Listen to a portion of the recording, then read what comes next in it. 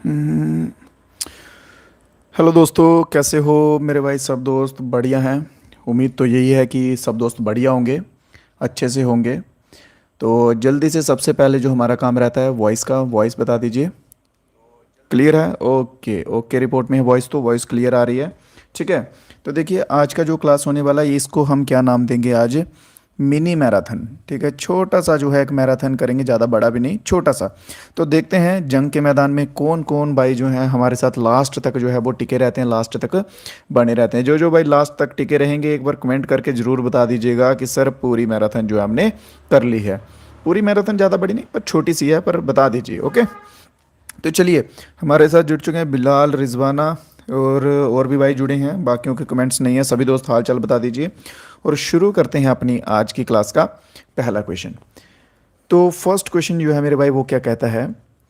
In which of the following sports India won gold medal in the Olympics from 1928 to 1956? Starting में intro हम ज़्यादा नहीं रखेंगे, बाकी बीच बीच में थोड़ी बहुत ही बातें जो रहेंगी वो हम करते रहेंगे। ठीक है।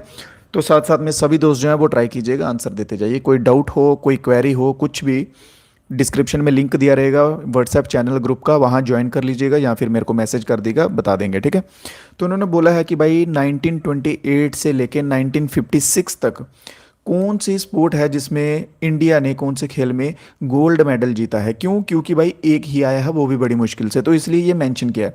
अभी तो गोल्ड जो है वो लगातार दड़ दड़ा आ रहे हैं। ठीक है।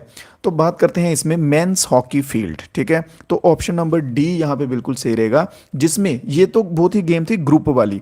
इसके सिवा एक और क्वेश्चन बनेगा कि सिंगल सिंगल टाइटल। ठीक है। मतलब 1 बाई 1 होता ना, जैसे एथलीट्स में होता है एक बंदा दौड़ता है। ठीक है, या बैडमिंटन टेनिस वैसे। ठीक है। तो सिंगल वाला जो है, अगर सिंगल की बात कर ली जाए तो वो हमने फर्स्ट गोल्ड जीता था 2008 में। और किसने जिताया था मेरे भाइयों? जे जिताया था अभिनव वावे ने।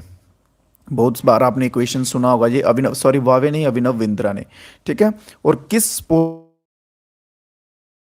राइफल शूटिंग में। ठीक है। 10 मीटर राइफल में जो है इनके द्वारा ये जिताया गया था। ठीक है। पॉइस बॉय गुड इवनिंग मेरे भाई, गुड इवनिंग सभी दोस्तों को। चलिए बढ़ते हैं नेक्स्ट क्वेश्चन पे। उम्मीद कर रहा हूँ सब दोस्त नोट्स जो हैं वो मोस्ट इंपॉर्टेंटली सब दोस्त बना रहे होंगे और बनाइएगा। ठीक है।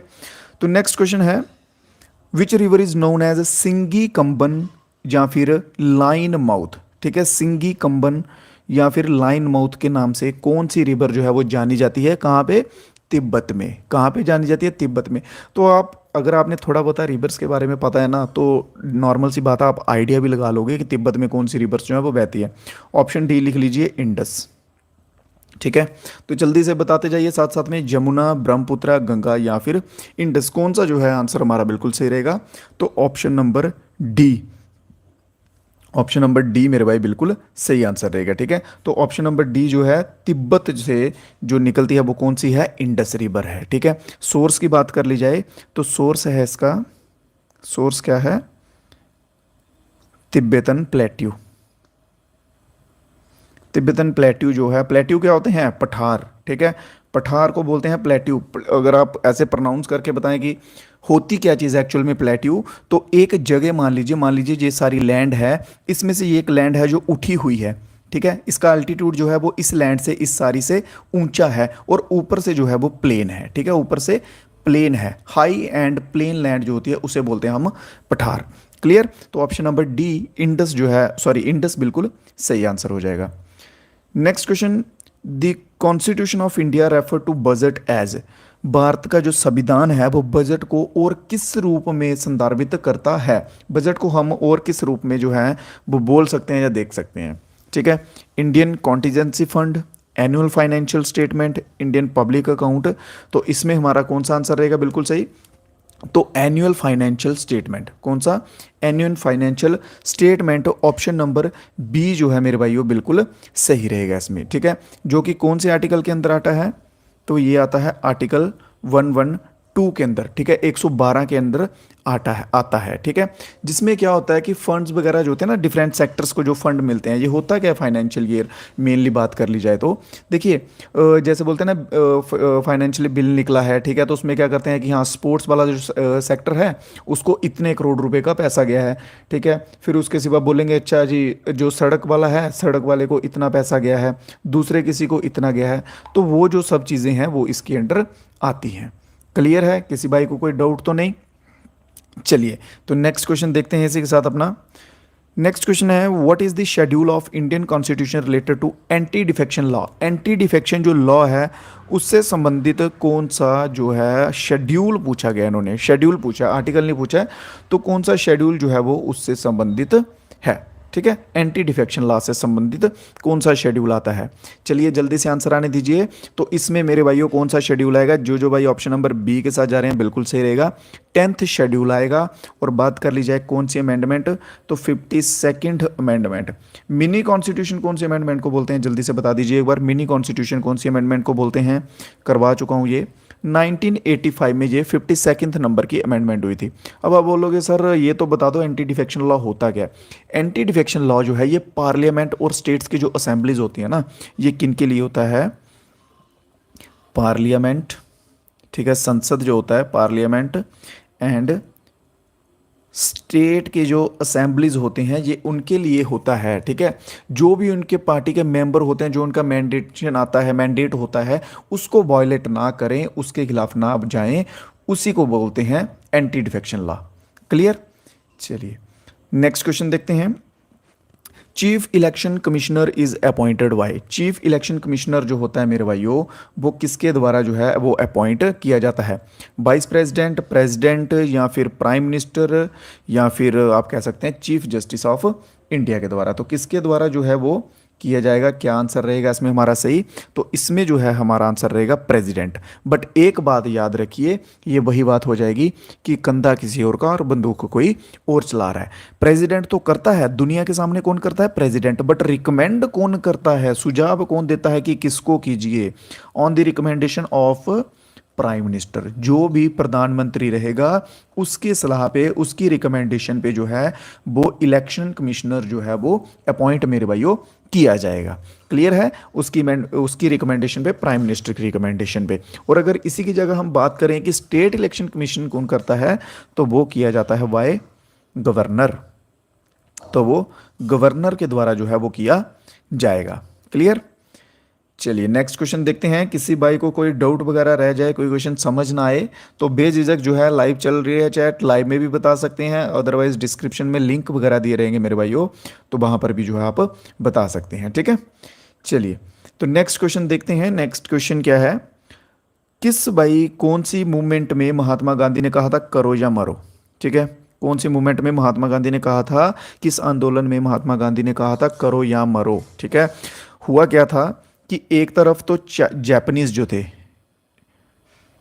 जो थे उनका अटैक होने लग पड़ा था, और दूसरी तरफ ब्रिटिश वाले जो थे उनके साथ भी टूट गई थी, ठीक है। क्योंकि हम उस टाइम पे क्या कर रहे थे, हम उस टाइम पे चला रहे थे क्विट इंडिया मूवमेंट चला रहे थे, ठीक है, क्विट इंडिया भारत छोड़ो मूवमेंट चला रहे थे।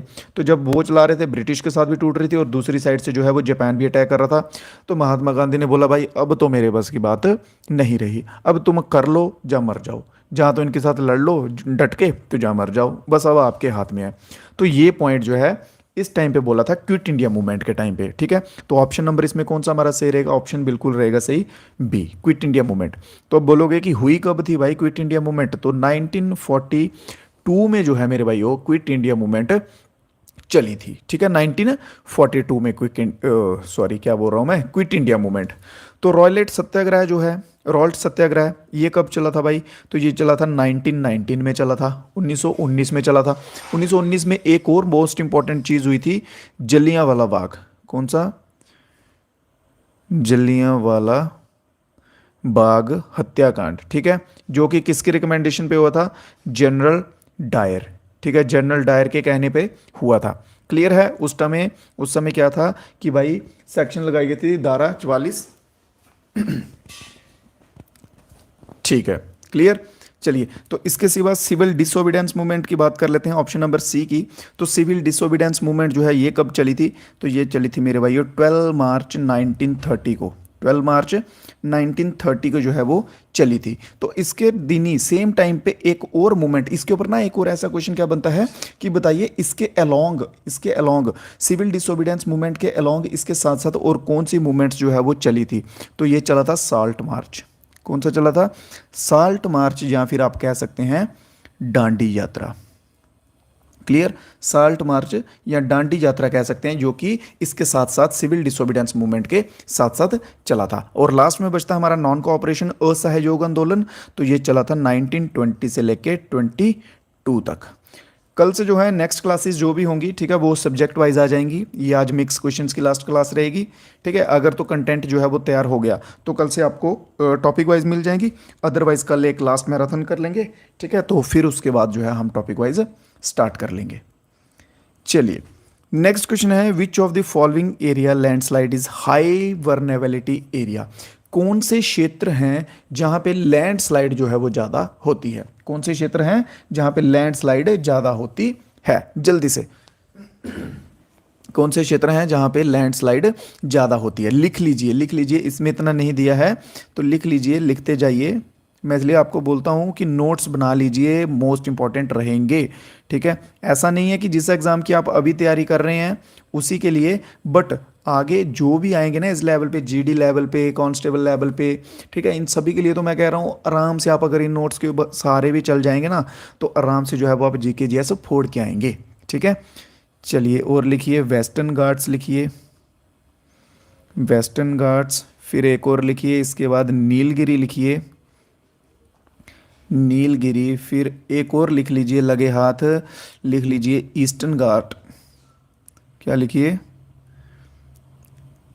ईस्टर्न घाट्स लिख लीजिए, और एक और लिख लीजिए, एक और लिख लीजिए, और कौन सा एरिया है? विंध्यास, सतपुरा वाला, ठीक है, सतपुरा के साथ विंध्यास। चलिए, ये जो है ये बायो, ये वो एरियाज़ हैं जहाँ पे सबसे ज़्यादा लैंडस्लाइड जो है वो होती है, ठीक है। Himalayas, north east mountain ranges जो हैं, ठीक है, वेस्टर्न घाट्स हो गए, फिर नीलगिरी, ईस्टर्न घाट्स और विंध्यास। अगर इनमें से भी बात कर ली जाए कि इनमें से भी सबसे ज़्यादा जो है वो किस पे होती है, तो एक नंबर रहेगा हिमालय। हिमालयस का जो रीजन है, ठीक है, इसमें सबसे ज़्यादा जो है लैंडस्लाइड होती है, और इसके बाद दूसरे नंबर पर होती है वेस्टर्न घाट पे। अगर आपको लैंडस्लाइड वाला देगा तो उसमें हिमालय या फिर वेस्टर्न घाट होगा मोस्टली ऑप्शंस में, ठीक है। तो इन दोनों पे ही आपको चलना है। अगर इनमें से ये दोनों नहीं हैं और कोई ऑप्शंस हैं तो वो आप याद कर लीजिएगा, उनमें से जो है आंसर दे दीजिएगा, ठीक है। यहाँ पे नीचे हिमालय होगा डेफिनेटली, बट ये यार ऑप्शंस जो है वो स्पेस की वजह से थोड़ा सा नीचे चला गया हुआ है, इसके ऊपर वजन ज़्यादा हो गया, बोझ हो गया बहुत, ठीक है। चलिए, बात करते हैं अपने एक और क्वेश्चन की, coral reef. Most important question बन जाता है भाई कोरल रीफ के ऊपर। तो उन्होंने पूछा है कि कोरल रीफ जो है, ऑप्शन नंबर डी दिखा देता हूँ, ये स्क्रीन पे नहीं दिख रहा होगा, मेरे को दिख रहा है, बट आई एम श्योर कि जब आप क्लास देख रहे होंगे तो आपको नहीं दिख रहा होगा ये, ठीक है। सुंदरबन, सुंदरबन डेल्टा, ये रहा आपका फोर्थ ऑप्शन। चलिए, तो उन्होंने पूछा कि कोरल रीफ जो है इनमें से कहाँ नहीं मिलती है? कोरल रीफ, ठीक है, मैराइन रीजन्स में होती है, समुद्री जो क्षेत्र होते हैं वहाँ पे होती है ये। तो इनमें से कौन सा है जो जहाँ पे नहीं मिलती है कोरल रीफ? कोरल रीफ, ठीक है। तो सुंदरबन डेल्टा ही मेरे भाई हमारा बिल्कुल सही आंसर रहेगा, option number D, Sundarban delta. तो चलो अब सुंदरबन डेल्टा घूम के आते हैं। क्या करते हैं? सुंदरबन डेल्टा घूमने जाते हैं, ठीक है। फर्स्ट ऑफ ऑल आपको मैं बता चुका हूँ, गंगा और ब्रह्मपुत्र जब मिलते हैं तो सुंदरबन डेल्टा बनाते हैं, ये चीज़ क्लियर है। ट्रीज़ कौन से होते हैं यहाँ पे? Mangrove trees. कौन से मेरे भाइयों? मैनग्रूव ट्रीज़ यहाँ पे होते हैं। और यहाँ पे तीन चीज़ें हैं मोस्ट इंपॉर्टेंट। एक नंबर रॉयल टाइगर होते हैं, ठीक है, रॉयल टाइगर होते हैं, यहाँ पे बंगाल भी लिख लीजिए बीच में, रॉयल बंगाल टाइगर होते हैं। दूसरे नंबर आप लिखिए इरावादी डॉल्फिन्स होती हैं, इरावादी डॉल्फिन्स होती हैं। तीसरे नंबर आप लिखिए जो इम्पोर्टेंट है एस्चुरेन क्रोकोडाइल, ठीक है। क्या? एस्चुरेन क्रोकोडाइल। एस्चुरेन क्रोकोडाइल पता किस टाइप के होते हैं? ये कैसे होते हैं, कैसे समझाऊँ आपको? सुनो, एग्जाम्पल बताता हूँ आपको। देखो, जैसे मान लो एग्जाम्पल बता रहा हूँ, सीरियस मत ले जाना, ठीक है। एग्जाम्पल के लिए बता रहा हूँ, मान लो एक मेल है एक फीमेल है, कोई भी, ठीक है, जब एक नया मेल और फीमेल मिलते हैं, ठीक है, तो वो उसके लिए कौन सा गाना गाता है? तू मेरा पहला पहला प्यार है।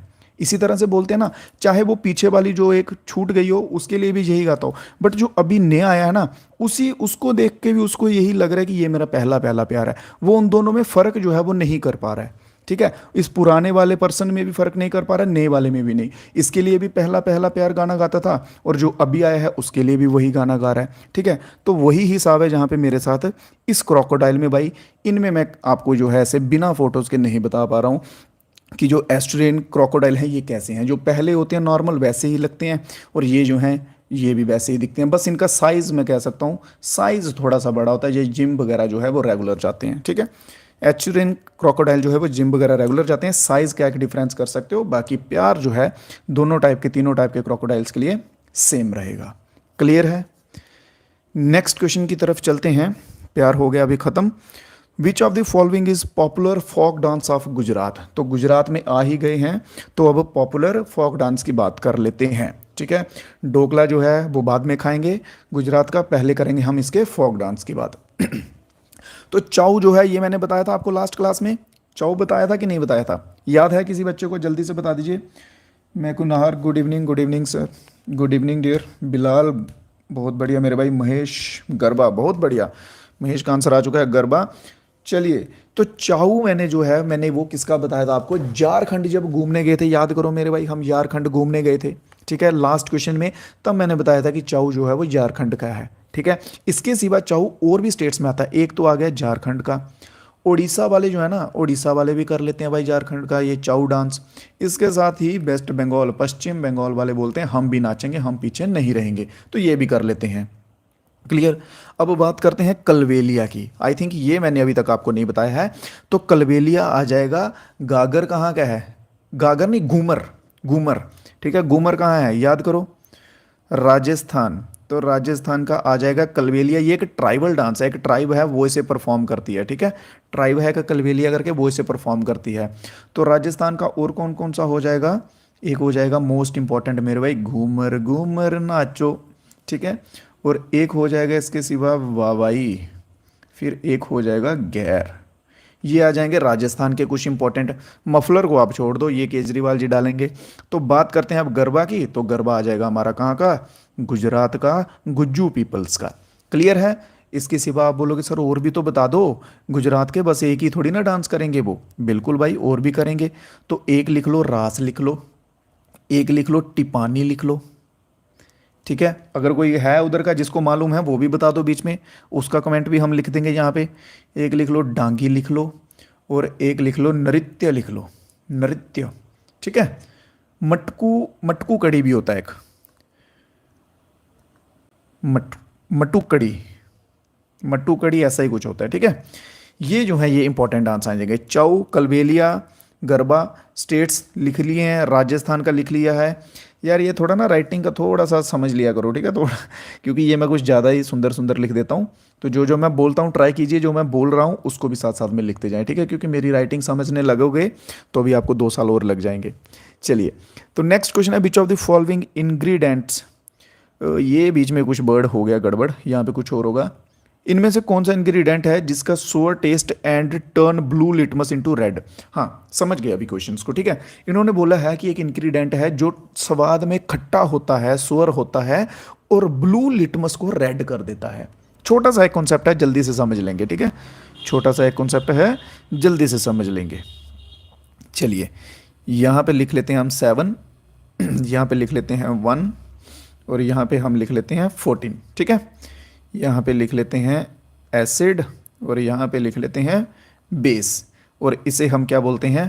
PH scale. पीएच की फुल फॉर्म होती है power of hydrogen, power of hydrogen. एक बात मेरी याद रखो, मैं जो आपको लिखवा रहा हूँ ना, जो आपकी स्क्रीन पे लिखा जा रहा है उतना उतना कर लो, उसको छोड़ो मत, ठीक है। आपको डेफिनेटली कह रहा हूँ क्वेश्चंस एग्जाम में देखने को मिल जाएंगे, डेफिनेटली, ठीक है, इतना ध्यान रखो। अच्छा, तो अभी आते हैं हम मुद्दे पे। एक होता है लिटमस पेपर। क्या होता है? एक लिटमस पेपर होता है, एक लिटमस पेपर होता है। लिटमस पेपर का पता क्या होता है? अगर हम लिटमस पेपर को कोई एसिडिक चीज लगाएंगे, कोई उसके ऊपर एसिडिक चीज लगाएंगे, तो वो क्या हो जाएगा? वो रेड हो जाएगा। अगर उसको हम बेस लगाएंगे तो वो ब्लू हो जाएगा। ठीक है, ये आएगा यहाँ पे ब्लू, बेस वाला ब्लू होता है और एसिड वाला रेड होता है। मान लो अगर हमने उसको नॉर्मल लगाया, डब साबुन होता है ना, डब साबुन न्यूट्रल होता है, अगर उसको डब साबुन के ऊपर रगड़ा तो वो जो है घिसेगा ना, तो वो उसका आ जाएगा 7 पे आ जाएगा वो स्केल उसका। ठीक है, तो वो ऐसा रहेगा। अगर उसको कोई और साबुन पे लगाया, साबुन जो है वो क्षार होता है, बेस होता है, तो वो ब्लू कलर में हो जाएगा। अब मान लो कि जो लिटमस पेपर, जैसे इन्होंने बोला कि ब्लू लिटमस पेपर रेड में कन्वर्ट हो जाता है, तो वो क्या हो जाएगा? एसिडिक हो जाएगा। ठीक है, जैसे ही हमने ब्लू लिटमस पेपर के ऊपर नींबू के 2 रस के 2 बूंदे टपकाई, तो वो जो है उसका कलर धीरे धीरे रेड होने लगेगा, तो वो एसिडिक हो जाएगा। ठीक है, ये पता कौन सी क्लास का क्वेश्चन है? 9th क्लास का क्वेश्चन है, केमिस्ट्री का। याद करो, आपको होमवर्क में शायद दिया होगा, प्रोजेक्ट वगैरह में दिया होगा कि जाओ भाई लिटमस पेपर लेके आओ और फिर ट्राई करो घर में। ठीक है, तो ये चीज़ है, क्लियर है। एक पीएच स्केल होता है जिसे पावर ऑफ हाइड्रोजन स्केल कहते हैं। अगर 1 से 7 के बीच में काउंटिंग आए, ऐसा क्वेश्चन भी बनता है कि 1 के 7 के बीच में जो आएगा वो क्या बनेगा? तो वो एसिड बनेगा। अगर 7 से 14, 7 to 14 के बीच में आएगा, तो वो क्या मेरे भाई बनेगा? वो बनेगा ब्लू, या फिर आप कह सकते हैं बेस बनेगा। क्लियर। और पेपर कौन सा यूज होता है इसके लिए? तो लिटमस पेपर जो है वो यूज होता है। चलिए नेक्स्ट क्वेश्चन की तरफ बढ़ते हैं अपने। तो नेक्स्ट क्वेश्चन है, कौन सा खेल जो है वो प्राचीन समय से जापानीज एट जू जू टू सू। ठीक है, नाम बहुत सुंदर है इसका। निम्नलिखित में से किस खेल की उत्पत्ति प्राचीन जापानी कला जूजुत्सु से हुई है? कौन सा खेल है भाई? जापानी बता दीजिए जल्दी से। क्रिकेट जो है ये तो इंग्लैंड वालों ने शुरू किया था, पोलो का पता नहीं, यूडो जहाँ यहाँ पे सुमो होता तो फिर बात बन सकती थी, बट नहीं। ये पता किसका है? सैम्बो पता किसका है? ये पुतिन का है। पुतिन पता है? Vladimir Putin.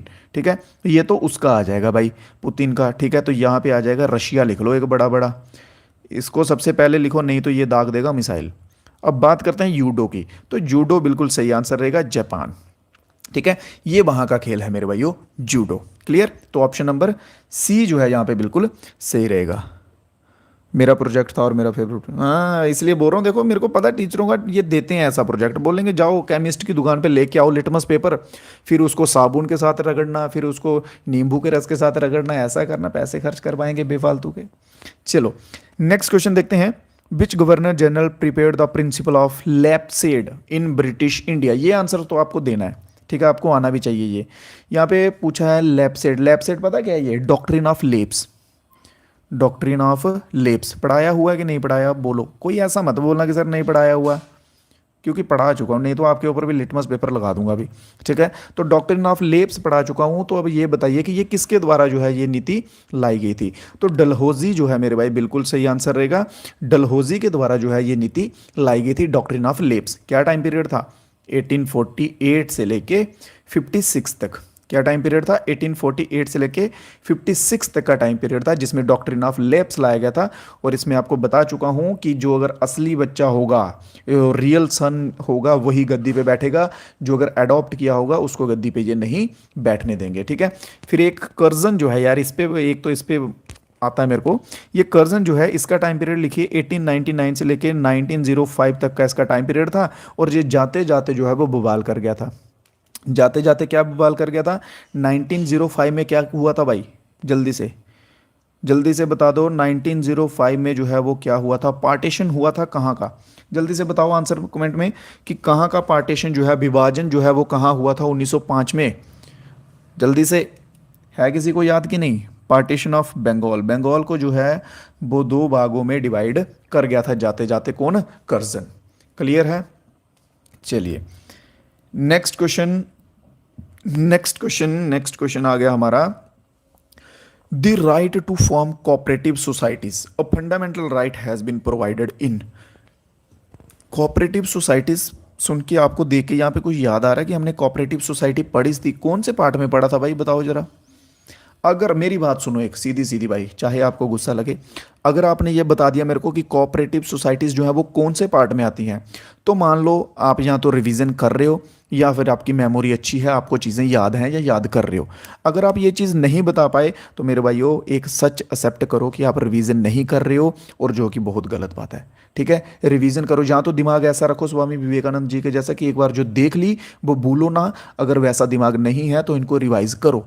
ठीक है, इनको रिवाइज करो, ये बात ध्यान रख लो। अगर पेपर निकालने हैं तो ऐसे क्लासेस करनी है ना, जितनी मर्जी पढ़ते जाओ, जितना मर्जी जीके करो, दुनिया भर का जीके कर लो, नहीं होगा कुछ भी जब तक रिवीजन नहीं करोगे। क्लियर है? तो ये जल्दी से बता दो कि कोऑपरेटिव सोसाइटीज जो हमने पढ़ा था एक क्लास में पहले, वो कौन से पार्ट में आती हैं। तो अभी हम चलते हैं क्वेश्चन की तरफ। तो right to form cooperative societies बनाने का जो राइट है, ये हमें कौन से अमेंडमेंट में मिला था? ठीक है, फंडामेंटल राइट में आया था। तो ये हमारा आया था 97th अमेंडमेंट, जो कि 2011 में हुआ था। कौन सा? 97th अमेंडमेंट 2011 में हुआ था। तो यहाँ पे इन्होंने फंडामेंटल राइट की बात भी की है, तो आर्टिकल कौन सा आएगा मेरे भाइयों? तो फंडामेंटल राइट्स के अंदर कहाँ तक आर्टिकल आते हैं, याद है कि नहीं है? जब भूल गए हो तो आर्टिकल नंबर 19 जो है यहाँ पे बिल्कुल सही आंसर रहेगा इसका। ठीक है, तो ऑप्शन नंबर सी यहाँ बिल्कुल सही आंसर रहेगा। मैं देख पा रहा हूँ किसी बच्चे का जो है वो आंसर नहीं आया है। चलिए मैं बता देता हूँ, पार्ट 9 बी के अंदर आता है कोऑपरेटिव सोसाइटीज। पार्ट 9 के अंदर क्या आता है? पंचायत आता है। क्या आता है? पंचायत। 9 बी के अंदर आता है कोऑपरेटिव सोसाइटीज। ठीक है, नहीं 9th बी नहीं, 9, हाँ बी के अंदर ही आता है। ठीक है, तो 9 ए के अंदर आता है म्युनिसिपैलिटीज, दी म्युनिसिपैलिटीज। ठीक है, क्लियर है? जो चीज़ें बताता हूँ मेरे भाइयों, पढ़ो पढ़ो, बेटर रहेगा। फिर आप बाद में पछताओगे कि सर बोलते थे रिवीजन कर लो, हमने रिवीजन नहीं की। विच of the following is the most electromagnetic element? इनमें से कौन सा है जो मोस्ट, सबसे अधिक चुंबकीय तत्व है? ठीक है, मोस्ट इलेक्ट्रोमैग्नेटिक कौन सा है? तो फ्लोरीन जो है, फ्लोरीन को देखते ही छलांग लगा दो इसके ऊपर, फ्लोरीन जो है वो ये रहेगा आंसर इसका। क्यों? क्योंकि इसके ऊपर 7 वैलेंस शेल होती हैं। ठीक है, 7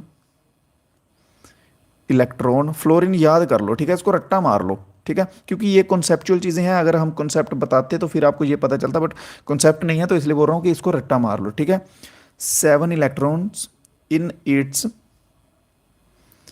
वैलेंस शेल। ठीक है, इसकी वैलेंस शेल में 7 इलेक्ट्रॉन होते हैं। क्लियर?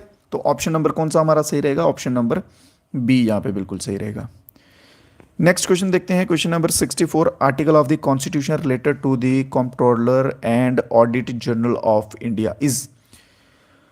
कॉम्पट्रोलर और ऑडिट जर्नल जो होता है, एजी होता है भारत का। ठीक है, उसके संबंधित जो है वो कौन सा आर्टिकल इनमें बिल्कुल सही रहेगा? कौन सा आर्टिकल इनमें बिल्कुल सही रहेगा? ठीक है, इनका एक होता है, सबसे पहले बात करते हैं इंडिपेंडेंट ऑफिस। इंडिपेंडेंट ऑफिस रहेगा ऑफ बोथ, बोथ का मतलब है इन दोनों का। ठीक है, तो ये आता है आर्टिकल नंबर 148 के अंदर, जो कि ऑप्शन नंबर सी में दिया हुआ हमारा आंसर हो जाएगा। ठीक है, ये दोनों होते कौन है भाई? ये दोनों होते कौन है, इनका काम क्या है वो भी तो बताओ सर। खाली आर्टिकल पढ़ने से थोड़ी याद हो जाएगा। तो लिखो मेरे भाइयों, ये होते हैं head of Indian audit and account department के। ठीक है, इंडियन ऑडिट और अकाउंट डिपार्टमेंट के ये हेड होते हैं। ठीक है, फिर एक आर्टिकल और लिख लो, आर्टिकल 149, वो किसके रिलेटेड है? इनकी, अरे भाई ये व्हाट्सएप वाली लैंग्वेज लिख रहा हूं मैं। ठीक है, देयर पावर एंड ड्यूटी। ठीक है, इनकी पावर और ड्यूटी से संबंधित है आर्टिकल नंबर 149। तो हमारा आंसर क्या है इसमें? 148। ऑप्शन नंबर सी वाले भाई जिन जिन का है बिल्कुल सही। नेक्स्ट क्वेश्चन देखते हैं, इंडिया में किस टाइप का सोशलिज्म है? सोशलिज्म होता है समाजवाद। ठीक है, समाज में रहन सहन, या समाज मतलब समझ रहे हो, सोसाइटी के रिलेटेड जो है वो कैसा है काम काज। ठीक है, सोसाइटी को हम किस तरह से ट्रीट कर रहे हैं, या किस लेवल पे, या किस वे से ट्रीट कर रहे हैं, तो वो होता है सोशलिज्म। तो भारतीय जो है वो कैसा है? रिपब्लिक है, फेडरल है, ठीक है, भाईचारे पे, डेमोक्रेटिक या कम्युनिस्ट? कम्युनिस्ट मत सोचो भाई, ये चाइना का है। कम्युनिस्ट वाला कोई भाई तो नहीं है, जिसका है उसका वीज़ा लगवाओ और चाइना भेजो। तो ऑप्शन नंबर सी डेमोक्रेटिक जो है, डेमोक्रेटिक सोशलिज्म जो है वो इंडिया का है। तो ऑप्शन नंबर सी जहां पे बिल्कुल सही मिल जाएगा। ठीक है, जैसे ही ये भी क्लास खत्म हो जाएगा ना, इसके बाद जो पीडीएफ है वो आपको व्हाट्सएप का जो ग्रुप है ना वहाँ पे मिल जाएगी। तो सभी दोस्त जो है वो क्या कीजिएगा, एक बार इसको ऊपर ऊपर से रिवाइज कर लीजिएगा, ठीक है। और जो पीडीएफ्स मैं देता हूँ उनको सेव कर लिया करो कहीं पे ड्राइव पे या व्हाट्सएप पे, फिर टाइम के बाद 1 हफ्ता 2 हफ्ते के बाद उनको रिवाइज किया करो। Oak and chestnut trees are, oak और चेस्टनट के जो पेड़ होते हैं वो किस टाइप के पेड़ होते हैं? क्या वो थ्रोनी वेजिटेबल में आते हैं, मैनग्रूव्स में आते हैं? अगर मैनग्रूव्स में आते तो ये कहाँ होते? सुंदरबन में होते, ठीक है। मैनग्रूव याद रखो, सुंदरबन आएगा, ठीक है। बट ये जो है ये होते हैं हाई एल्टीट्यूड वाले एरिया पे, ठीक है। बड़े बड़े पेड़ होते हैं ये भाई, बहुत बड़े बड़े, ठीक है। तो ये हाई एल्टीट्यूड पे होते हैं, मैनग्रूव्स को आप निकाल दीजिए, ठीक है। एवरग्रीन वाइड लीफी ट्रीज में आते हैं या ट्रॉपिकल एवरग्रीन में आते हैं? ट्रॉपिकल में भी नहीं आएंगे। तो ये कहाँ आते हैं? ऑप्शन नंबर सी में आते हैं, एवरग्रीन वाइड लीफी, ठीक है। बड़े बड़े चौड़े चौड़े पत्तों वाले ये होते हैं ऑक ट्री और चेस्टनट के पेड़, ठीक है। अब बात की जाए कि सर ये पाए कहाँ जाते हैं, इनको एक नाम और लिख लो भाई, इनको एक नाम से और बुलाया जाता है, डिसीडियस। अगर ना इसकी जगह डिसीडियस होता ना तो भी बात बन जाती, डिसीडियस ट्रीज होता तो भी बात बन जाती, ठीक है। ये दोनों याद रखो। तो ये पाए कहाँ जाते हैं? ये नॉर्थ ईस्ट के जो माउंटेन्स हैं ना, क्योंकि आपको पता बड़े बड़े पहाड़ जो हैं वो कहाँ पे हैं? बड़े बड़े पहाड़ कहाँ पे हैं? नॉर्थ ईस्ट में ही हैं, ठीक है। जैसे पंजाब हिमालय हो गया, फिर कुमाऊँ हिमालयज हो गए, फिर उसके बाद असम हिमालय, नेपाल हिमालय, तो ये बड़े बड़े पहाड़ हैं, पहाड़ी एरिया हैं, ठीक है। तो उनके ऊपर जो है ये पेड़ जो है वो पाए जाते हैं, हिमालय रीजन मेनली, ठीक है, हिमालय रीजन। चलो, तो नेक्स्ट क्वेश्चन पे चलते हैं। Next question, how many styles of wrestling are there in Olympics? How many types of या स्टाइल ऑफ रेसलिंग जो है वो ओलंपिक में होती है? 2, 3, 4, 5, 9, 6, 7, कितने टाइप की होती है? जल्दी से बता दो, ठीक है। कितने टाइप की जो है वो होती है बताओ, जल्दी से आंसर आने दो। बाकी मेरे भाइयों जो आपके अभी क्वेश्चंस आ रहे हैं, क्वेश्चंस कोई बात नहीं, ये करते हैं बाद में, लेते हैं आपके क्वेश्चंस, ठीक है, क्लास होते ही। तो टू टाइप्स की जो है वो रेसलिंग होती है ओलंपिक में। कौन कौन सी? एक तो होती है फ्री स्टाइल, ठीक है। एक होती है कौन सी? फ्री स्टाइल, ठीक है, जिसमें तुम घूसे मारो, टांगे मारो, कुछ भी मारो, चाहे अपना पूरा का पूरा दर्द उठा के मार दो इस आदमी पे, चलता है वो, ठीक है, सब चलेगा इसमें। लेग्स इसमें जो है वो अलाउड होती हैं, टांगे मारो मुंह के ऊपर बना के, चलता है। और दूसरी जो है वो होती है ग्रीको रोमन, ग्रीको रोमन होती है। ये होती है भाई, ये संस्कार वाली रेसलिंग होती है, ठीक है। इसमें जो है आप टांग यूज़ नहीं कर सकते, नो यूज़ ऑफ लेग्स, ठीक है। ये बिना टांगों के खेली जाएगी, मतलब टांगे तो होगी इंसान के साथ, बट आप किक वगैरह नहीं कर सकते, ठीक है, वो चीज़ याद रखिए। इन दोनों में यही अंतर है, फ्री स्टाइल में आप किक कर सकते हैं और जो ग्रीको रोमन है उसमें आप किक जो है वो नहीं कर सकते, ठीक है। तो ऑप्शन नंबर 2 यहाँ पे मेरे भाई बिल्कुल सही रहेगा। नेक्स्ट है, चलिए इसके ऊपर अब हम डिस्कस करेंगे, क्यों? क्योंकि इससे क्वेश्चन जो है वो बनते हैं। अहमदिया मूवमेंट जो है ये किसके द्वारा चलाया गया था? अहमदिया मूवमेंट, ठीक है। अहमदिया जी को हम बाद में देखेंगे, इससे पहले चलो लिखना शुरू कर दो अभी, ठीक है, लिखना शुरू कर दो जल्दी से। सबसे पहले लिखो, सबसे पहले लिखो अलीगढ़ मूवमेंट। क्या लिखो मेरे भाई? लिखो, जल्दी जल्दी लिखते जाओ साथ साथ में, जहाँ स्क्रीनशॉट ले लो जैसे आपको सही लगता है। अलीगढ़ मूवमेंट, ठीक है, ये किसके द्वारा आई थी? लिखते हैं बाद में, इनका नाम लिखते हैं। दूसरे नंबर पे लिखो आप ब्रह्मो समाज, ब्रह्मो समाज, ये मैं शॉर्ट में लिख रहा हूँ, ठीक है, ऐसे मत समझना कि इनके स्पेलिंग यही है, क्योंकि आगे इनके नाम भी लिखने हैं ना, इसलिए। फिर लिख लो एक प्रार्थना, प्रार्थना समाज लिख लो। फिर एक इंपॉर्टेंट लिखो आर्य समाज। फिर एक लिखो आप सत्य शोधक सोसाइटी, ठीक है, जैसे सत्य शोधक समाज, सत्य शोधक समाज। मैं आपको फिर से बोल रहा हूँ, जो चीज़ बोर्ड पे लिखवा रहा हूँ मोस्ट इंपॉर्टेंट रहेगी मेरे भाइयों। मुस्लिम ब्रदरहुड, मुस्लिम ब्रदरहुड। चलिए अब इनको जो है हम सबसे पहले देखेंगे कि ये जो है इनके फाउंडर कौन कौन हैं। सबसे पहले बात करते हैं अलीगढ़ मूवमेंट की। तो सैयद, दूसरा कलर ले लूँ यहाँ पे ताकि जो है वो ज़्यादा दाल खिचड़ी ना बने। चलिए, तो सैयद अहमद खान, सैयद अहमद खान जो है अलीगढ़ मूवमेंट के। ब्रह्मो समाज मोस्टली पूछा जाता है भाई, हर एक एग्जाम में पूछा जाता है, राजा राम मोहन रॉय, राजा राम मोहन रॉय। प्रार्थना समाज पूछा जाता है, आत्माराम पांडुरंग, आत्माराम पांडुरंग। आर्य समाज भी पूछा जाता है, दयानंद सरस्वती जी के द्वारा, दयानंद सरस्वती जी के द्वारा। सत्यशोधक समाज भी पूछा जाता है, ये पूछा जाता है किसके द्वारा, ओ सॉरी फाउंडर ज्योतिराव फूले, ज्योतिराव फूले। इनकी वाइफ के ऊपर क्वेश्चन आता है जिनका नाम है सावित्रीबाई फूले, जो कि फर्स्ट फीमेल टीचर थे।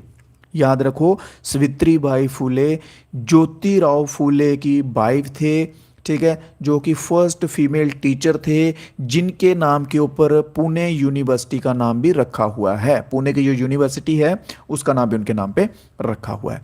अब एक बचता है लास्ट में मुस्लिम ब्रदरहुड, तो ये किसके द्वारा है, हसन अल बाना, ठीक है, हसन अल बाना, इनके द्वारा जो है मुस्लिम ब्रदरहुड ये समाज जो है या मूवमेंट जो है ये चलाई गई थी। ठीक है, अब हम बात करते हैं अहमदिया मूवमेंट की, जो हमारा क्वेश्चन पूछा गया है। तो अहमदिया मूवमेंट जो है मेरे भाइयों, इसका आंसर हमारा सही क्या रहेगा, मिर्जा कहाँ है, Mirza, Mirza option number C में, मिर्जा गुलाम अहमद, मिर्जा गुलाम अहमद के द्वारा अहमदिया मूवमेंट चलाई गई थी। आपको एक चीज़ बताऊं, देखो अगर ना मान लो आपको कोई क्वेश्चन जो है वो नहीं आता, आपको तुक्का लगाना पड़ रहा है वहाँ पे, तो पता किस तरह से लगाया करो। अब देखो, अब यहाँ पे अहमदिया है, अहमदिया, आप अहमद अहमदिया से रिलेट कर पा रहे हैं, तो यहाँ पे देखो अगर अहमद एक तो यहाँ दिया हुआ है, एक यहाँ दिया हुआ है। अब मान लो कि अगर आपको तुक्का लगाना तो इन दोनों में से लगाओ।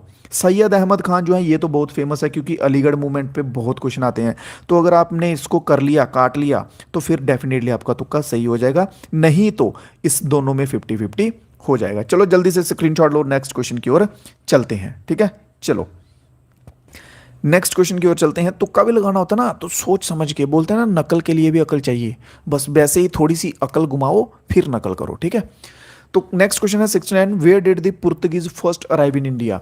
चलो ये क्वेश्चन भी जो है करवाया हुआ है। ठीक है, पुर्तगीज आपको बताया था भाई कि सबसे पहले, अच्छा चलो हिंट दे देता हूं, आंसर साफ दो, हिंट देता हूं कि वो सबसे पहले समुद्री रास्तों के द्वारा भारत में पहुंचा था। सन भी लिख देता हूं 1498। ठीक है, 1498 में पहुंचा था, समुद्री रास्तों से पहुंचा था, सबसे पहला यात्री था वो पुर्तगीज। ठीक है, ठीक है, क्लियर है इतना। चलो यह भी बता देता हूं, कैलीकट में आया था। ठीक है, कोस्ट ऑफ मालाबार से आया था,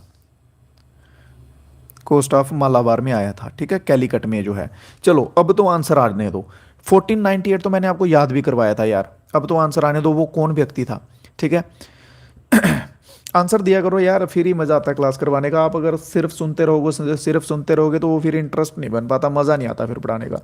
ट्राई किया करो, थोड़े थोड़े आंसर दिया करो, क्योंकि यार पढ़ाता हूँ आपको इतने अच्छे से, तो याद तो करो, रिवीजन तो करो। ठीक है, एक बच्चा दे रहा है, महकू नहर दे रही है और बिलाल दे रहा है। ग्रुप मेरे भाई, ग्रुप जो मेन है रोहित क्लासेस करके, वहाँ पे मिलेगा। ठीक है, तो ऑप्शन इसमें आंसर जो है, आंसर तो रहेगा ऑप्शन नंबर ए, कैलीकट। और वो व्यक्ति कौन था, Vasco da Gama, Vasco da Gama. आपको मैंने इतना हिंट दे दिया कि समुद्री रास्ते से आया था। आपको पता है सी रूट्स जो है वो किसने फाइंड किए हैं मेरे भाई, वो सबसे पहले भी बोल दिया कि सबसे पहले आया था। तो सबसे पहले समुद्री रास्ते जो किसने खोजे हैं, वो पुर्तगीज था, वास्को ड गामा था जिसने सबसे पहले रास्ते खोजे थे। ठीक है, याद रखो चीज़ों को, रिवाइज करो, रिवाइज करो, बार बार बोल रहा हूँ। चलो नेक्स्ट क्वेश्चन है, which instrument convert the alternate current into direct current.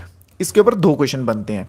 ठीक है, एक तो अल्टरनेट करंट से डायरेक्ट कन्वर्ट करंट में कन्वर्ट करते हैं, और दूसरा डायरेक्ट करंट से अल्टरनेट जो करंट है उसमें कन्वर्ट करने को क्या क्या कहते हैं। ठीक है, सबसे हम पहले बात करते हैं जो कि क्वेश्चन में पूछा हुआ है, अल्टरनेट करंट को डायरेक्ट करंट में कन्वर्ट करने के लिए किस चीज़ का इस्तेमाल करते हैं, तो रेक्टिफायर का, रेक्टिफायर, जो कि ऑप्शन नंबर बी रहेगा हमारा बिल्कुल सही आंसर।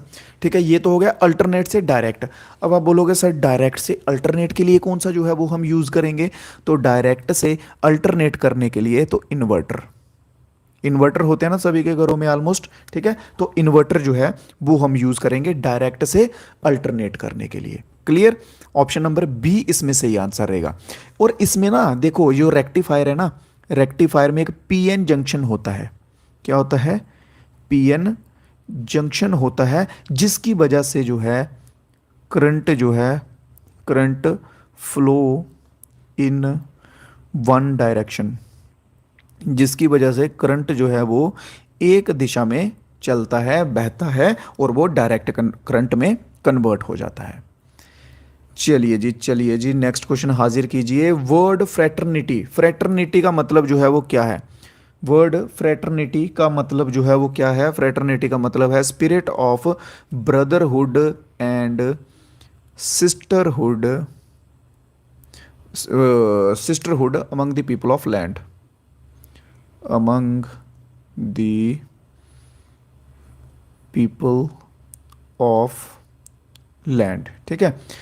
इसका मीनिंग ये है, ये हमारे कॉन्स्टिट्यूशन में जो आप कह सकते हैं उसमें प्रियम्बल में जोड़ा गया था ये वर्ड फ्रेटर्निटी, कि स्पिरिट, वो भावना हो हमारे अंदर भाईचारे की, बहनचारे की, ठीक है। सभी को, हम जो भी हमारी लैंड पे लोग रह रहे हैं इस धरती पे, उन सभी के प्रति वैसी भावना रखें हम, भाईचारा बहनचारा, ठीक है, मतलब सभी आपस में एक रहे। बट ये वर्ड जो है अभी करंटली जो अभी वर्ड चल रहा है, वर्ल्ड संसार जो जिस तरह का है, ये सिर्फ एक शब्द ही रह चुका है, ठीक है। आजकल अगर किसी के सामने रियलिटी है, एक्सीडेंट हो जाए ना, कोई अगर तड़प रहा है, मान लो उसके अंदर अभी जान है, तड़प रहा है, लोग उसको हेल्प करने की जगह उसको उठा के एम्बुलेंस में डाल के जा, मतलब किसी टाइप से हॉस्पिटल पहुंचाने की जगह फर्स्ट प्रेफरेंस पता क्या देंगे? फ़ोन निकालो, वीडियो बनाओ। ये होती है आजकल की फर्स्ट प्रेफरेंस, ठीक है। तो ये फ्रेटर्निटी जो है ये आजकल एक वर्ड ही रह गया हुआ है। नेक्स्ट क्वेश्चन पे चलते हैं। Question number 72, in which year did the viceroy Curzon announce the partition of India? ये तो आंसर आ जाएगा कि नहीं आ जाएगा? क्योंकि ये भी पीछे ही बताया मैंने डलहौजी के साथ कि कर्जन जो है वो जाते जाते बंगाल का पार्टीशन कर गया था, आग लगा गया था जाते जाते। और गया कब था? 1899 से, 1899 से क्या टाइम पीरियड था उसका? 1905, ठीक है, 1905 में गया था। तो 1905 में जो है बंगाल का विभाजन भी करके गया था साथ में जाते जाते, ठीक है। नेक्स्ट क्वेश्चन है, which of the following comets come to earth once every 76 year? कौन सा जो कॉमेट है, कौन सा एक धूमकेतु तारा है जो हर 76 वर्षों के बाद धरती पे आता है या दिखता है? ठीक है, तो कौन सा रहेगा? हेलीकोमेट रहेगा, हेलीकॉमेट रहेगा। जल्दी से आंसर, ऑप्शन नंबर कौन सा? बिल्कुल बिल्कुल, तो ऑप्शन नंबर ए, हेलीकॉमेट जो है वो हर 76 सालों के बाद जो है वो पृथ्वी पर आता है। क्लियर। नेक्स्ट क्वेश्चन है, national sample survey office is an office under, जो भी आपके मेरे भाई क्वेश्चंस रहेंगे वो हम करते हैं डिस्कस जल्दी ही, ठीक है। National sample survey office is an office under, national sample survey office जो है वो कौन सी मिनिस्ट्री के अंडर आता है? सिंपल सा, ठीक है, तो ministry of statics and programme implementation के अंडर जो है ये आता है। नेक्स्ट क्वेश्चन है, बहुत ही मज़ेदार क्वेश्चन है। चलिए, जहाँ पे हम अभी क्या करेंगे, झीलों में तैरेंगे। तो उन्होंने पूछा है कि कौन सी झील जो है जिसे हम फ्लोटिंग झील, ठीक है, फ्लोटिंग लेक के नाम से भी जानते हैं। कौन सी लेक जो है जिसे हम फ्लोटिंग लेक के नाम से जानते हैं? फ्लोटिंग क्या होता है? तैरना, ठीक है। मान लो अभी ये एक झील है, ठीक है, इसमें क्या है, फ्लोटिंग लेक, उसमें है पता क्या एक्चुअल में, ऐसे ना मिट्टी के थोड़े थोड़े बने हुए हैं, उनके ऊपर कुछ लोगों ने जो है वो घर टाइप भी बना लिया हुआ है, ठीक है, तो वहाँ वो रहते भी हैं, ठीक है, जैसा कुछ चल रहा है, ठीक है, वैसी वैसी ऐसी ऐसी बनी हुई हैं, तो ये तैरते रहते हैं। आज मान लो सोए हो आप रात को यहाँ पे, ठीक है, इस जगह पे, और जब सुबह उठोगे तो पानी में तैरते तैरते आप पहुँच जाओगे, इस गांव में पहुँच जाओगे, ठीक है। तो ये चीज़ है, तो वो कौन सी झील है? तो वो है लोकतक, लोकतक है। लोकतक कहाँ है? लेक ऑफ लोकतक, बिल्कुल सही आंसर रहेगा। और ना लोकतक लेक जो है ये फ्रेश वाटर की लार्जेस्ट भी है, fresh water largest in north east, ठीक है, नॉर्थ ईस्ट के एरिया में। इसमें ना एक और वर्ड यूज होता है, पुमडी, पुमडी करके वर्ड एक यूज होता है, ठीक है।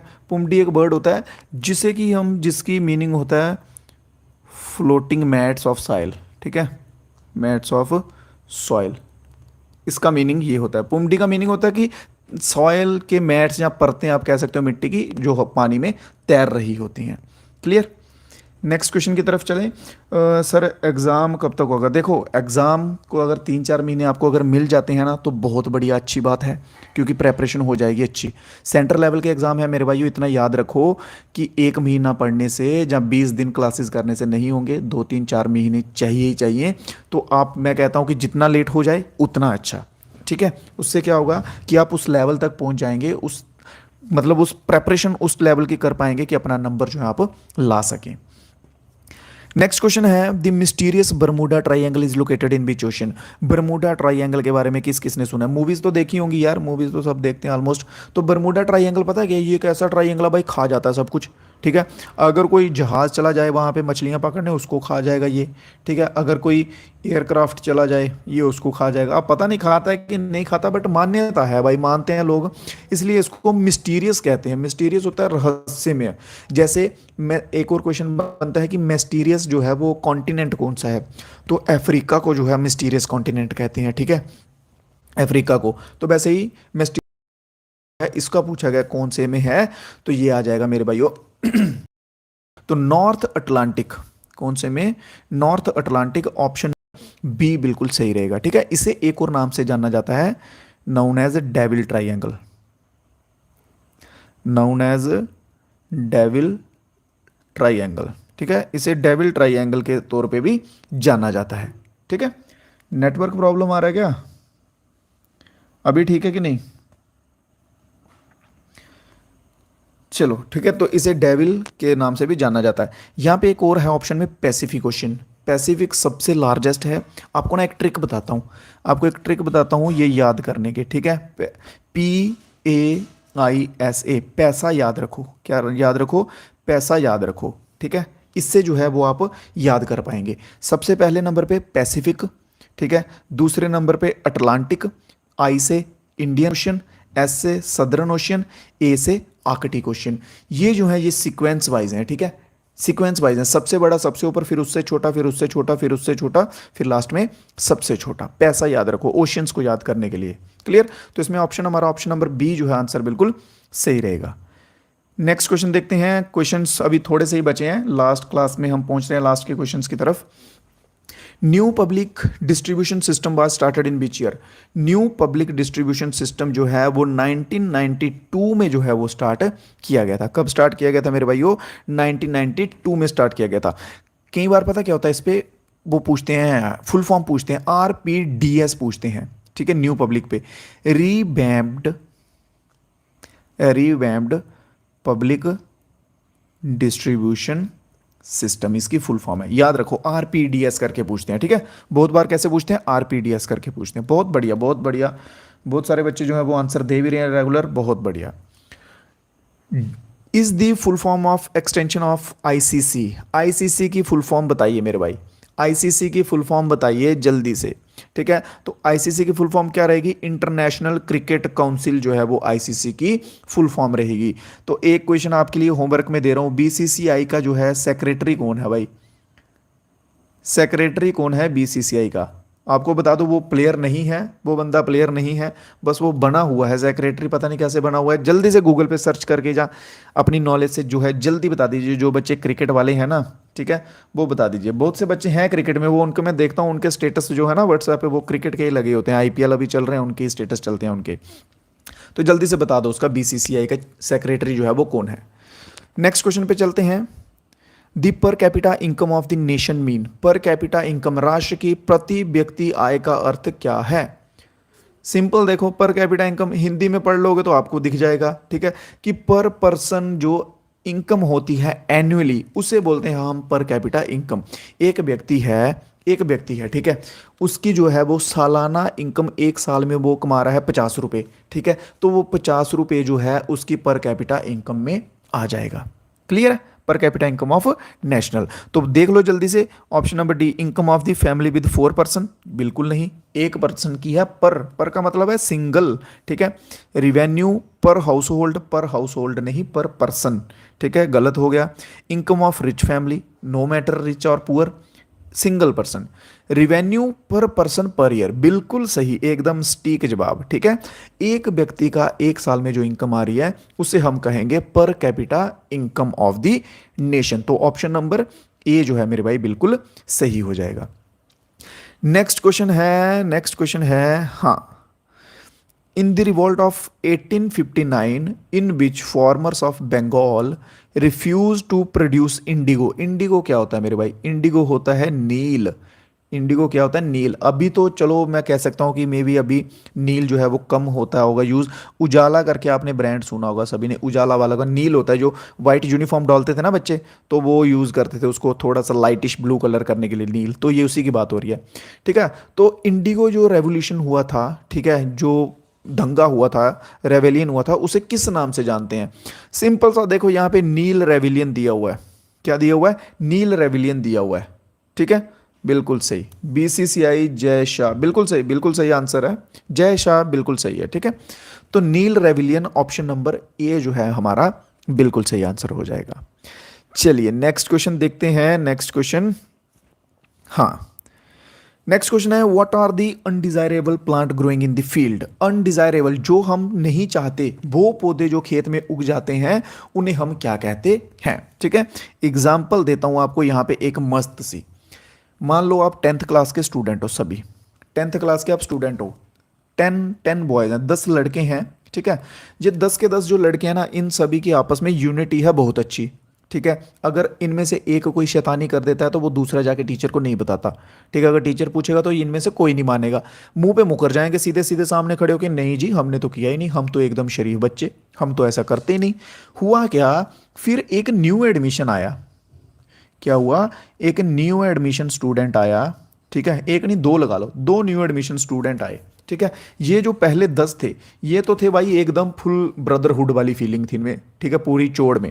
तो जब ये दो न्यू आए ना, तो इन्होंने क्या कर दिया, इन्होंने अगर किसी बच्चे ने क्लास में शोर किया, ओ ए किया, कोई भी कुछ किया, तो उन्होंने सीधे भागे भागे जाना टीचर के पास कि टीचर टीचर, वो जो लड़का है ना फर्स्ट बेंच पे बैठा हुआ है, इस नाम से, रोहित नाम से लड़का है, वो जो है वो पंगे कर रहा है, ठीक है, वो शरारतें कर रहा है। वो जो बिलाल है ना मैम, वो लास्ट में बैठता है मैम, वो पंगे कर रहा है मैम, उसने किया था ये, ठीक है। तो ऐसे जो है ये दोनों स्टूडेंट जो है वो शिकायतें लगाने लग पड़े। तो अब ये क्या हो गए, ये अनवांटेड हो गए ना, ये अनचाहे हो गए। ये सोचते थे यार अपन तो मस्त थे, अपना तो ठीक चल रहा था, पर ये दो बीच में नए आ गए, तो ये जो अनवांटेड हैं इनको हम क्या कहेंगे? वीड्स कहेंगे। क्या कहेंगे मेरे भाइयों? वीड्स कहेंगे, जो अनचाहे पौधे बीच में पनप गए हैं। क्लियर है? तो अनचाहे पौधों को हम क्या कहते हैं? बीड्स कहते हैं। नेक्स्ट क्वेश्चन देख लेते हैं। The famous dying princess is in which of the following cave. Dying princess painting जो है, ठीक है, एक पेंटिंग है डाइंग प्रिंसेस, वो इनमें से किस केव में है? जल्दी से। तो अजंता जो है ऑप्शन नंबर सी मेरे भाइयों, अजंता जो है ऑप्शन नंबर सी मेरे भाइयों, बहुत बढ़िया, बिल्कुल सही आंसर रहेगा option number C, Ajanta caves, बिल्कुल सही। नेक्स्ट, हाँ, ये एक क्वेश्चन जो है वो लास्ट करते हैं, ठीक है, ये लास्ट क्वेश्चन करते हैं, इसके बाद जो अपनी क्लास जो है अभी ख़त्म करते हैं, ठीक है। बाकी ये छोड़ो दुनियादारी, ये दो तीन क्वेश्चन बचे हैं, ये आप कर लेना, ठीक है। ये एक लास्ट क्वेश्चन करते हैं। The characteristic of fundamental rights are taken from. Simple सा क्वेश्चन है कि फंडामेंटल, आप सभी को पता है ना हमारा कॉन्स्टिट्यूशन जो है, ठीक है, आप सभी को पता है हमारा जो कॉन्स्टिट्यूशन है मेरे भाई, वो सभी देशों से मिला के बना हुआ है। मान लो कि एक गांव जो है, एक देश है, उसमें कुछ अच्छा दिखा, हमने वो अडॉप्ट कर लिया, थोड़ा बहुत अमेंड करके, थोड़ा बहुत चेंज करके हमने उसको अडॉप्ट कर लिया। फिर दूसरे देश का कुछ दिखा, वो हमें थोड़ा लगा कि हाँ ये भी हो सकता है, वो भी अडॉप्ट कर लिया, इसलिए बहुत सारे देशों का मिक्सचर है। तो हम बात करते हैं सबसे पहले आयरलैंड से, ठीक है। Just a minute. सबसे पहले हम बात करते हैं आयरलैंड से। तो आयरलैंड से हमने मेरे भाई क्या लिया है? डीपीएसपी, डीपीएसपी लिए हैं। डीपीएसपी बता दो जरा कौन से पार्ट में आते हैं, है किसी को याद कि नहीं? डीपीएसपी बताओ जरा कौन से पार्ट में आते हैं। करवा चुका हूँ पार्ट्स में आपको, 15 तक पार्ट्स करवा चुका हूँ ना, तो जल्दी से बता दो। थर्ड में आते हैं, फोर्थ में आते हैं, फिफ्थ में आते हैं, कौन से में आते हैं? फंडामेंटल राइट्स के बाद आते हैं डीपीएसपी, ठीक है। तो डीपीएसपी लिए हैं हमने आयरलैंड से। फिर बात करते हैं ऑस्ट्रेलियन कॉन्स्टिट्यूशन की, कि ऑस्ट्रेलिया से जो है वो क्या लिया है? कॉन्करेंट लिस्ट ली हुई है, कॉन्करेंट लिस्ट ली हुई है, ठीक है। अब बता दो कॉन्करेंट लिस्ट में कितनी आइटम्स आती हैं? ये भी करवाया हुआ है यार, जब आप आंसर नहीं ना देते हो तो फिर ये गलत लगता है, ठीक है, क्योंकि सब करवाया हुआ है। कॉन्करेंट लिस्ट करवाई थी, यूनियन लिस्ट करवाई थी, स्टेट करवाई थी, ठीक है, इसमें आंसर दो। फिर बात आती है ब्रिटिश की। तो ब्रिटिश से हमने क्या लिया हुआ है? सिंगल सिटीजनशिप, क्या लिया हुआ है, सिंगल सिटीजनशिप जो है ये इससे हमने ब्रिटिश से ली हुई है। और लास्ट में बचता है यूएसए, यहाँ से हमने फंडामेंटल राइट्स, मौलिक अधिकार जो है वो लिए हुए हैं। क्या लिए हुए हैं, मौलिक अधिकार लिए हुए हैं। क्लियर है ये क्वेश्चन। चलिए तो नेक्स्ट क्वेश्चन। ओह ठीक है ठीक है, हो गया। तो इसमें लिख लीजिए great lake is completely located, United state में जो है मीचैंग करके ग्रेट लेक है। ठीक है चलिए। अच्छा मेरे भाइयों, क्लास हो गई हमारी ख़त्म। अब किसी भाई का कोई डाउट है तो बता दीजिए। क्लास हो चुकी है दी एंड। ठीक है, दी एंड हो चुकी है। जल्दी से कमेंट बॉक्स में रिव्यू करके बता दीजिएगा कि क्लास मेरे भाइयों आप सभी को कैसी लगी है। ठीक है, कोई क्वेरीज वगैरह हो अगर आपकी, डिस्क्रिप्शन में लिंक दिए रहेंगे, वहाँ पे जो है वो आप अपने क्वेश्चंस जो हैं वो पूछ सकते हैं। ज्वाइन कर लीजिएगा ग्रुप्स को, वहाँ पे आपको अपडेट जो है वो सभी वहाँ पे टाइम टू टाइम मिलते रहेंगे। ठीक है, और बाकी एक चीज़ का ध्यान रखिए कि बने रहिएगा साथ में, यकीन करके, भरोसा करके। एग्ज़ाम आने तक आपको जीके जीएस में, आपकी जीके स्पेशली कह रहा हूँ, जीके में 50 क्वेश्चन, 40 जितने मर्जी आ जाएं, उनमें महारत हासिल करवाने का मैंने आपसे प्रॉमिस किया हुआ स्टार्टिंग से ही। उस पर बने रहिएगा। बस एक चीज़ किया करो मेरे भाइयों, आप रिवीजन नहीं करते हो। आप क्या नहीं करते हो, रिवीजन नहीं करते हो। क्योंकि मैं जब बीच में क्वेश्चन पूछता हूँ ना तो तब आपका आंसर नहीं आता, तो एकदम फटाक से आंसर आना चाहिए। अगर एकदम फटाक से आंसर जिस दिन आने लग गया ना, उस दिन समझ आओ कि आपकी तैयारी बिल्कुल सही चल रही है।